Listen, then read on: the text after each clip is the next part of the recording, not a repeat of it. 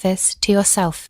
When coughing or sneezing, cover your mouth and nose with the bend of your elbow or use a disposable tissue.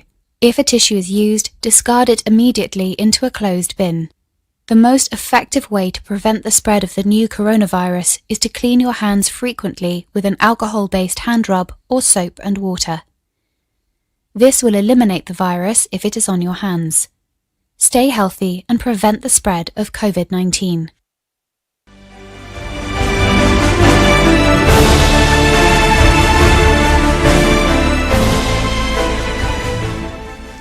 Apologies, viewer, for the break in transmission, but do not worry, we are continuing with our grade 7 English language lesson.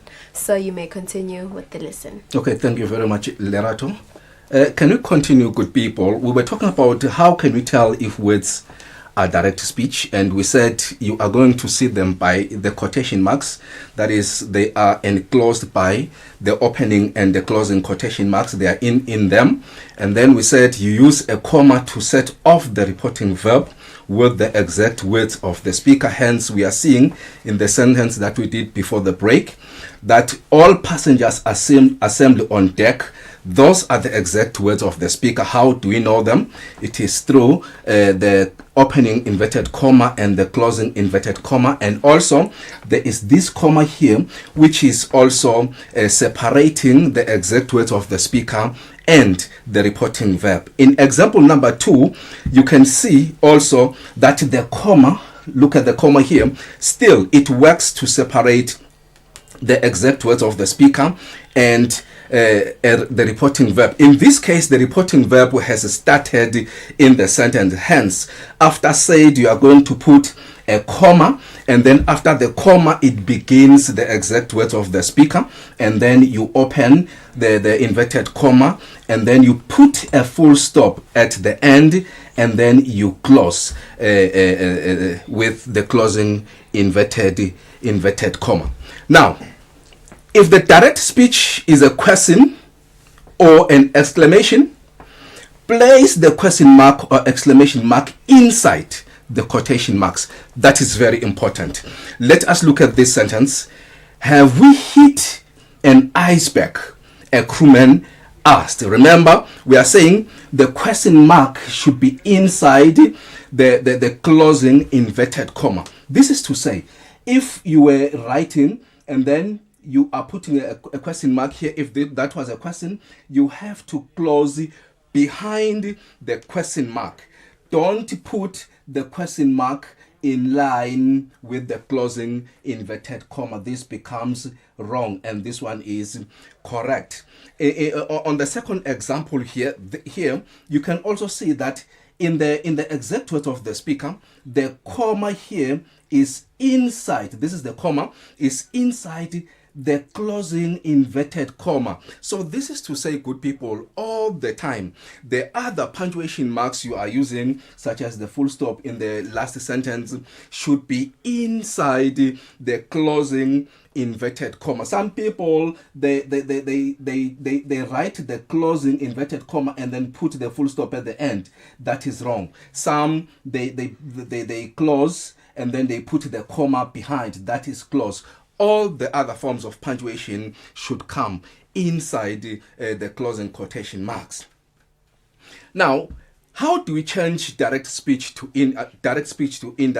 That is very important.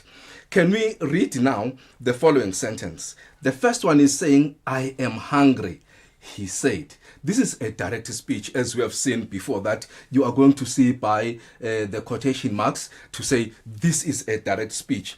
Now, from this one, we have the second one here, which says, he said that he was hungry. And this is indirect speech. We have changed these words now here in the direct speech, and we have reported them in this way. Now, how have we done this? What can you say are the changes here? Now, when you're looking at the indirect speech, you can see that this one now no longer has a lot of punctuation marks, except for one, which is the full stop at the end. Which is to say, therefore, when you are doing indirect speech, that is, you are changing sentences from direct speech to indirect, you don't use a lot of punctuation marks. You don't use inverted commas now, but you use only a full stop most of the time. And then again, we are saying you also have to change the tense of the verb when you are changing the direct speech into the indirect speech. For instance, here you can see that the person is saying, I am hungry, but when we are changing, we are going to have now, he was hungry. And also you have to change the pronouns. Here there is pronoun I, and then here you can see that there is he said that he was hungry. And another very important thing here is that when you are changing a direct speech into reported speech, always begin the indirect speech with the reported speech, he said. For instance, if you look at this one here, you are going to see that when the person was reporting here, he started by saying he said, which was the reporting verb in the direct speech. Now, we are saying do not use quotation marks in indirect speech. That is what we've talked about. There are no quotation marks. The quotation marks are only in the direct speech. Always begin the indirect speech with the reporting verb. That is what we have just said. You use the reporting verb to always begin the reporting speech. And then use the word that to introduce the indirect speech. And then if you can look at the sentence here, now we have the word that, which is to say, for you to introduce the indirect speech, always use the word that immediately after the reporting verb to introduce the indirect or the reported speech. And then change all the pronouns. And then when you are changing pronouns, we have got a lot of examples of pronouns. For instance, pronoun I is going to change into he or she. That is when you are changing them. Pronoun you can change into he or she also. Pronoun you, we've got many. Pronoun you can change to they. So there are many of these pronouns. But what I'm saying is make sure you change these pronouns when you are doing reported speech. And then change the present tense to the past tense. That is very important. Always change the present tense to the past. For instance, if in the direct speech there is you change to was. If there is will, you change will to would. There are many. So be able that in the reported speech there is no present tense. Always change into the past, and do not use punctuation except for the full stop. That is very important. We've talked about before. And then let us look at these other examples here, just to illustrate what we have just talked about. Tabo won't drink his milk, said Bongi. That is indirect. When you change that one, you are going to start with the reporting verb. This is the reporting verb we started. And then you are going to use the word that to introduce the reported speech. And then Bongi said that Tabo wouldn't drink his milk. And then the second one is, my little brother is sick, said Dumisani. My little brother is sick, said Dumisani. So you start the reporting speech with the reporting verb. Dumisani said that is always there. This is the pronoun. Little brother was sick. Now, let us look at examples now of reporting verb, which you are going to see when you are doing those examples back at home and when you are reading your books. We have got such examples such as said, told, instructed, commanded, urged, ordered, won't, advised, and many more. Once you see these ones in a sentence which they are saying, change it into indirect speech. Now you know that that is where the exact words of the speaker are ending. And also, when they say now, change the direct into indirect, these are the reporting verbs you are supposed to use. Now, let us look at how now can you change direct speech sentences which are questions into indirect speech. Now we are concentrating on questions. Let us read this ones. Thandi asked, "Are you hungry, Sipho?" This is direct speech. Look at the quotation marks there. And then the indirect speech is saying, Thandi asked Sipho if he was hungry. What can you notice now here?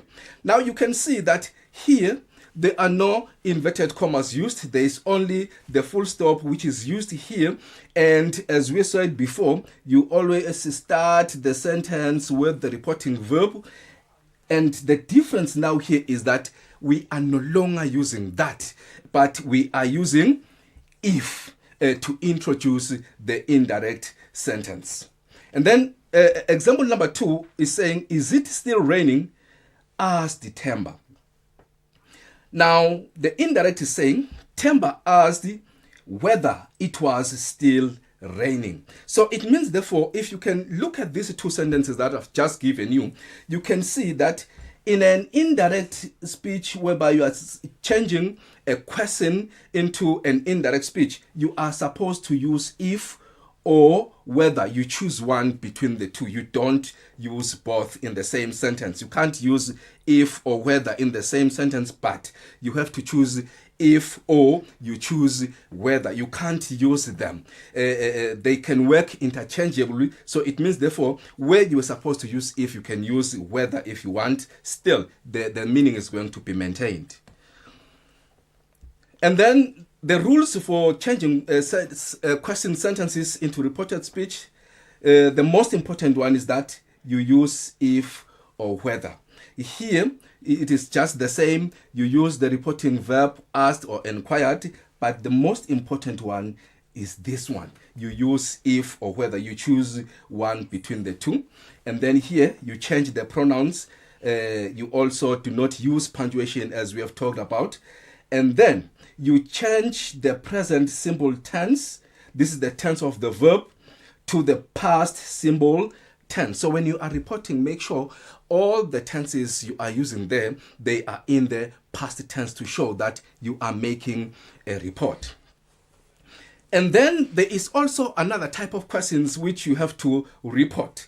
These ones are the questions known as the WH questions. These questions, they include questions such as when, they include questions such as where, they include questions such as which, and there is also how. So these questions, once you see the WH in the direct speech question, you should know that the way you are going to change it into indirect speech is now different from just a normal question or a normal statement whereby you are using that or you are using if or whether. In these types of questions, you are not using if or whether. But let us see what you are supposed to do.